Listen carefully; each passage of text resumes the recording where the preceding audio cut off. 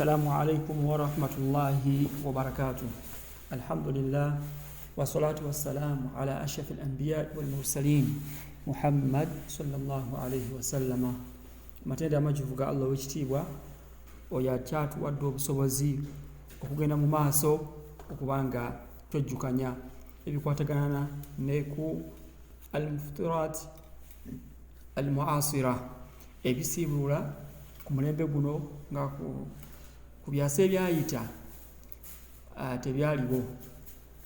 Kale nno tukyali ne ka introduction akatonotono katwagali katulabe ku bakutandika ku listinga out ebyo ebintu ebisiibulula oba ebisiibulula tebisiibulula tujja kubanga tubimanya, naye katulabe ku bulombolombo bw'omuntu okulamuwako nti asiibulukuse.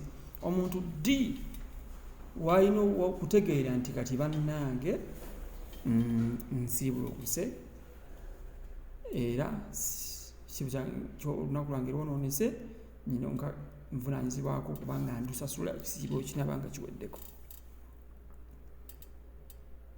Ekisooka okumanya, omuntu abanga amanyi bulungi nnyo nti kino ekintu kisiibulula, tujja twabisoma tubyejjukanyiza ebyesiibulula. Okunywa amazzi, olina anywa amazzi ng'akimanyi aba asiibulukuse. Kitegeeza nti omuntu bw'abanga tamanyi nti okulya mu kisiibo emisana nga yasiibye kimusuubulula aba tannasiibuluka, kuba aba tamanyi. Ng'omuntu bambi nga musiraamu mupya, ayinza okuba musiraamu mupya tanaba kubeera ng'amanya. Omuntu omusiraamu aba omusiibi biki balina okuleka byalina okwewala tanakubimanya bulungi. Obanga yakulira wala nnyo eyo mu kyalo abatali bamanyi basomesa busiraamu, obanga ali mu nsi ezisingamu abatali basiraamu, kati embeera eyo esobola okuviirako omuntu ye ng'amanyi yasiibye n'akola ekintu ekisiibula nga tamanyi. Oyo omuntu aba yasigadde nga musiibi paka waalimanya n'amanya ebisiibula nti ekyo kisiibula nabanga asiibulukuse. Naye solongazi tamanyi aba tasiibulukuse. Kitegeeza nti omuntu amanyi n'asiibula n'agenda n'alya nga mu bugenderevu ng'akimanyi okulya kusiibulula, oyo omuntu aba akoze kyaba asiibulukuse. Ekyokubiri, okuba nga ajjukira nti bambi yasiibye.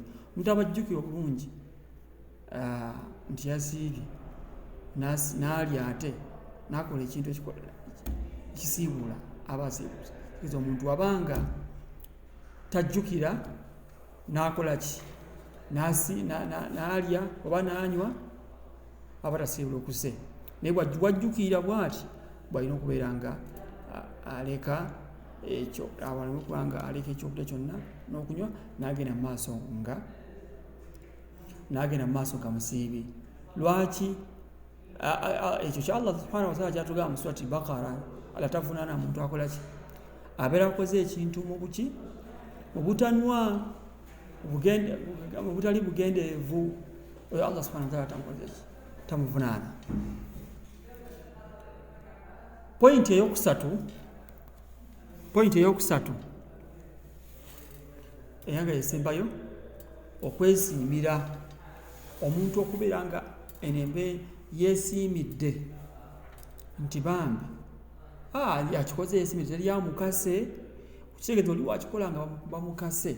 For example, oli wajjibwa abantu, omuntu yenna namuteeka ku gun point namugamba siibulukuka, tokimanyi gwe oli musiraamu naye tutasiibuluka okani tukube emundu saawa zino oba tukube ejjambi oba ekitala kyonna.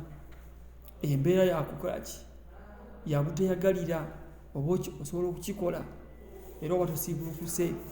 Okitegeera gwe mu mutima gwo obaleka kukwata munebe ate oyo anakuteekako gun point anakunoonya mu mutima gwo agulengere ddala ekituufu ekiri mu mutima gw'omuntu gwe bw'okimanyi ne Katondawo abala bonna tebakimanya.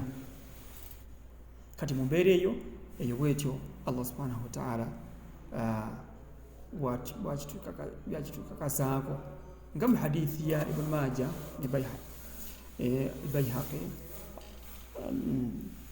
wategeeza nti Nabi Muhammad sallallahu alaihi wasallam yagamba ufiyani ummati al-khata' wan-nisyan wa mastukrihu alayhi, ekibiina kyange kyajjibwako okuvunaanyizibwa.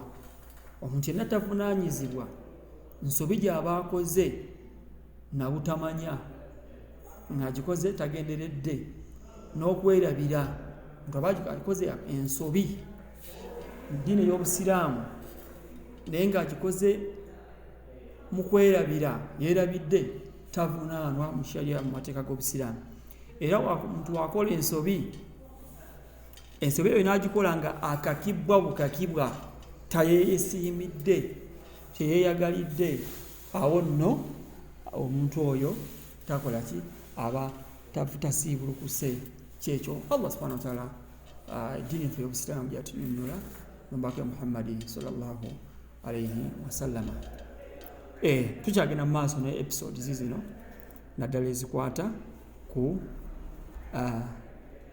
al-muftihati al-mu'asira, ebisiibula ku mulembe guno. Kati nsuubira kagundi akaddako tuba tutandika okubilistinga bingiko, tujja kulaba nga buli ka episode tubeerako bye tumenya ebinaaba bisaanidde ku episode eyo paka tunaaba nga tuyimalayo mpolampola. Wa sallallahu ala sayyidina Muhammad wa ala alihi wa sahbihi wa sallam. Assalamu alaikum wa rahmatullahi wa barakatuh.